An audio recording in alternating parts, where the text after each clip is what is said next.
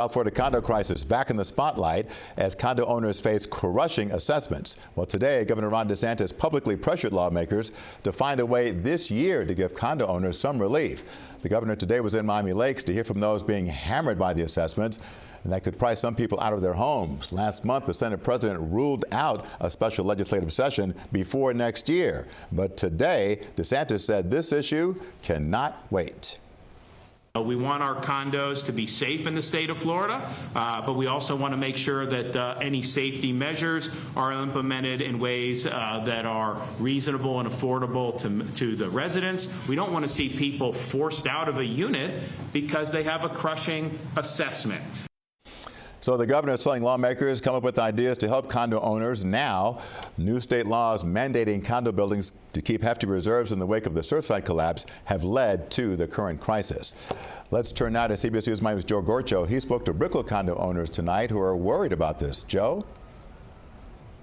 Jim, without a doubt, the threat of being priced out is on condo owners' minds. One here in Brickell told us away from our camera that he's upset.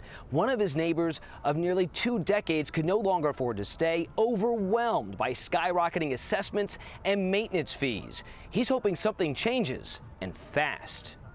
People are moving out and moving away from this area of town. Sean Cozzolino tells us ever since he purchased his condo in Brickell 4 years ago, his association fees have gone up. Altogether, it was like an extra $1,000 more a month. So for a lot of people, they can't do that. Condo costs are rising for thousands in South Florida. Well, my brother and sister-in-law live in an older building on Brickell Key, and they've had 3 special assessments, 1 per year over the last 3 years. Assessments partly tied to condo state safety requirements for structural inspections, repairs, and funding reserves. It's way too cumbersome, it's way too much, it's way too soon.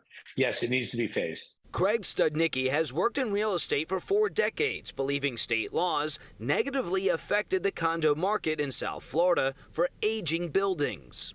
Uncertainty of it has created the conclusion in every prospective buyer's mind, as well as lender's mind, that these special assessments will be 6 figures plus per unit. In Miami Lakes on Monday, Governor Ron DeSantis participated in a roundtable discussion, urging state lawmakers to find solutions to address escalating condo costs connected to state laws. I represent 20 cities, 60+% are condos with incredibly compromised structural issues. State Senator Jason Pizzo helped lead the way in creating state condo safety reform. He believes any solution should not risk building safety, especially after the Surfside collapse in 2021. It was a harrowing circumstance, a harrowing, tragic event that I don't want to repeat it anywhere here. Or C, he says, associations underfunding their bank accounts. A lot of these boards in years past would go ahead and try to keep costs low. And sometimes, and very often, we're seeing at the expense of the future years of future generation of those same owners.